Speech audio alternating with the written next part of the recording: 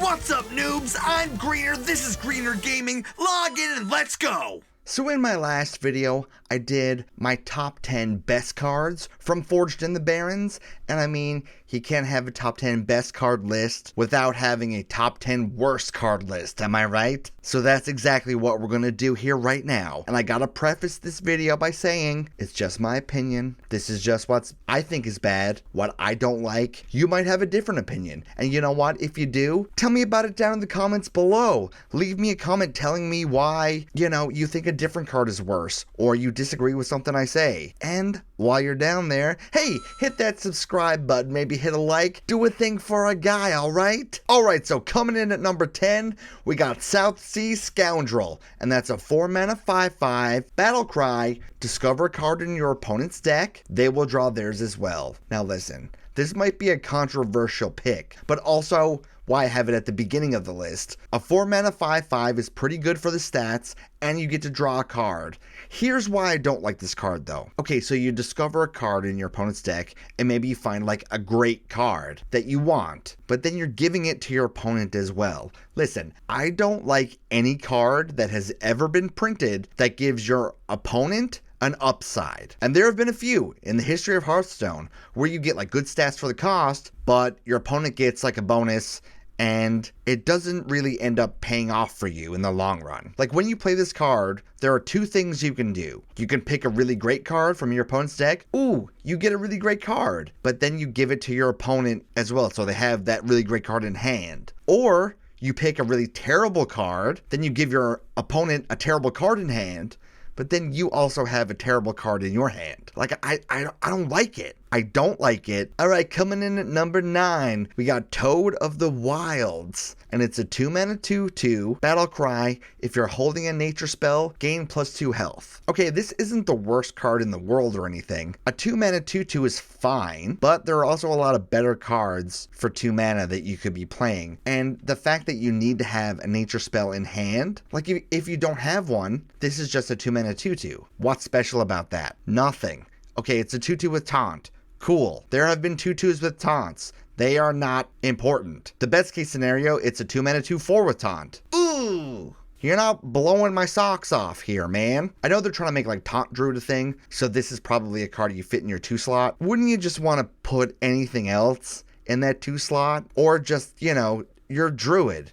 Just ramp up and play something better. I mean, it's cute. I like the artwork. The artwork is cool. I just feel like this card doesn't offer a whole lot. Hey, maybe it's just me. Alright, so coming in at number 8, we got Kolkar Pack Runner.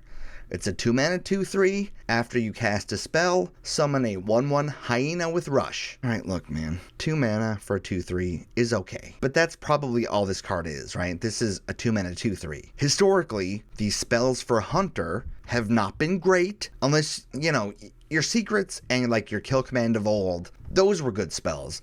But every other spell for Hunter is like, meh. If you're playing this on 2, you're not going to have any mana to cast a spell. What do you have to play this on to make it worth, is my question. What Hunter spell do you play in conjunction with this card to make it worth putting in your deck? And is the upside even worth it? They've tried to make Spell Hunter a thing for a while. They even printed Professor Slate, a card that makes all of your spells poisonous. No one played it because Hunter spells are terrible. And what are you going to do with a 1/1 hyena with rush? Like, Quest Hunter's gone? It's not even like you can get use out of it that way. There are other cards with rush that are way better than this card. This card just kind of sits there, and then you play a spell maybe, and then even if you do, you get a 1/1 with rush? Bro, what are you doing with a 1/1 with rush after you spent like probably at least 4 to 5 mana to get it? Someone tell me how this card is good. Anyone. Coming in at number 7, we got the Burning Blade Acolyte. Death Rattle,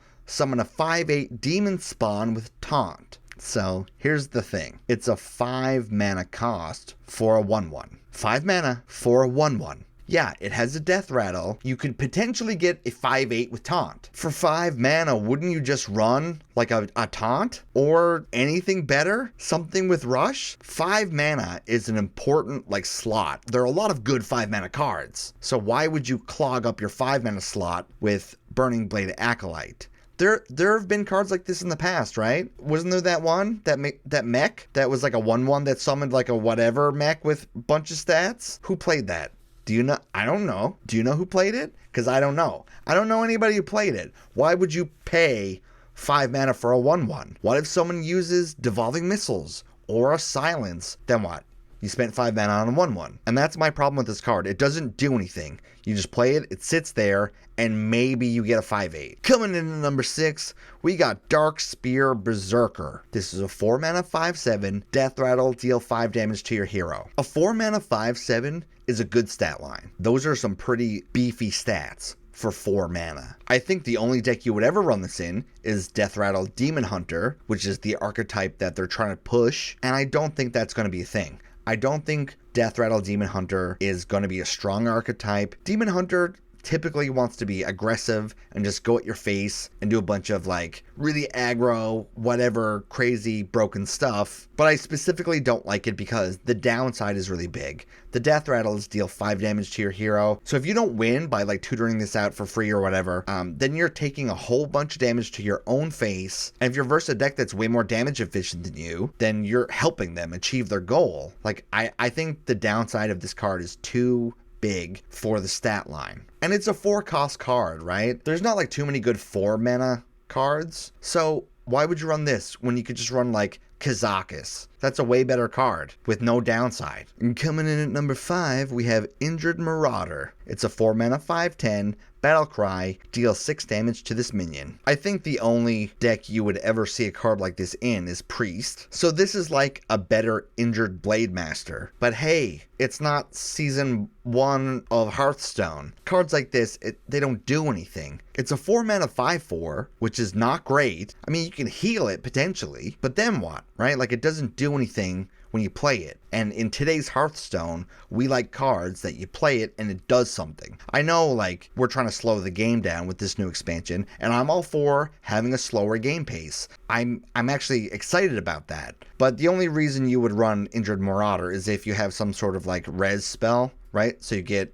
it back as a 5/10. I don't know if Priest has that left in its arsenal, right? Didn't they like lose a bunch of red stuff? Can you see any other archetype that would run Injured Marauder? Because it's a neutral card. Can you think of a thing? Because I can't think of any deck you would ever put this in, except for Priest, and only if you have a res mechanic. Coming in at number 4, we have Vile Call, which is a 3 mana spell, summon 2 2/2 demons with lifesteal. I don't think this card is bad by itself in a vacuum, but it's a Demon Hunter card, which is what makes it bad. If this was a Druid card, it would be great. Like Token Druid? Hell yeah, bro. Give me those 2/2 demons with lifesteal. It's like a more expensive Dreamway Guardian with a little bit of extra stats. But Token Demon Hunter hasn't been a thing. People have tried and failed. Token Demon Hunter just doesn't really work unless in the future there's more like Token Demon Hunter support. I mean, even when they had what's the Naga card that does damage when one of your things dies, even that didn't make Token Demon Hunter a thing. So I don't know why you would ever run Vile Call in a Demon Hunter deck. I know Demon Hunter lost a lot of stuff, and I think they're like searching for a new identity for it, but I don't see this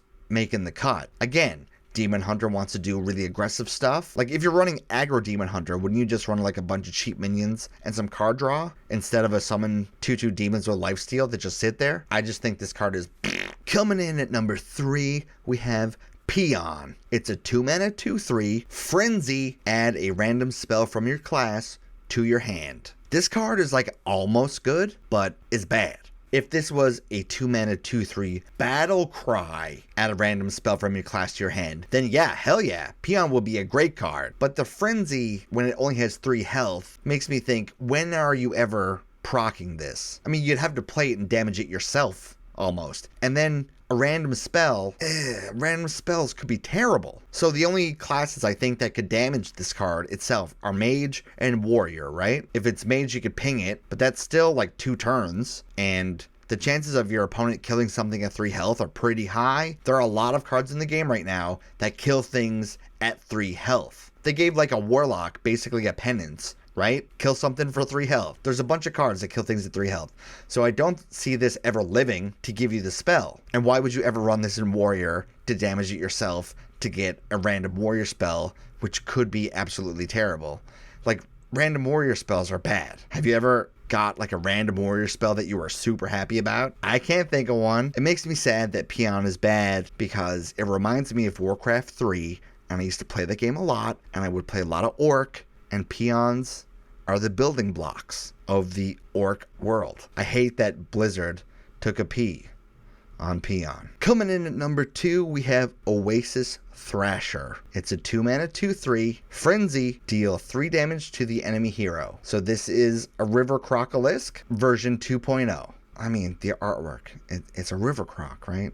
Hey, it's a River Croc. Even the River Croc is from the Barrens. Like, it's in that little tiny river that when you go from like Orgrimmar to the Barrens, you see some River Crocs. Oasis Thrasher, same stat line, and I don't think the Frenzy ever goes off. Even if it does, even if you do get the Frenzy effect from this card, dealing 3 damage to the enemy hero, what are you going to use this as your finisher? By the end of the game, everything is going to kill this card, so the only time to play this game is on 2, and then they kill it because they have every card ever that kills something at 3 health, which we just talked about. And even if your opponent has a bad early hand and you're able to trade into their crappy minion with this, okay, you did 3 damage to their health early game. Where does that get you in the game? What does that do for you? A lot of classes can heal 3 damage. So where does Oasis Thrasher live? Like, in what deck? In what situation? Is this ever going to be good? If you can think of one, please tell me,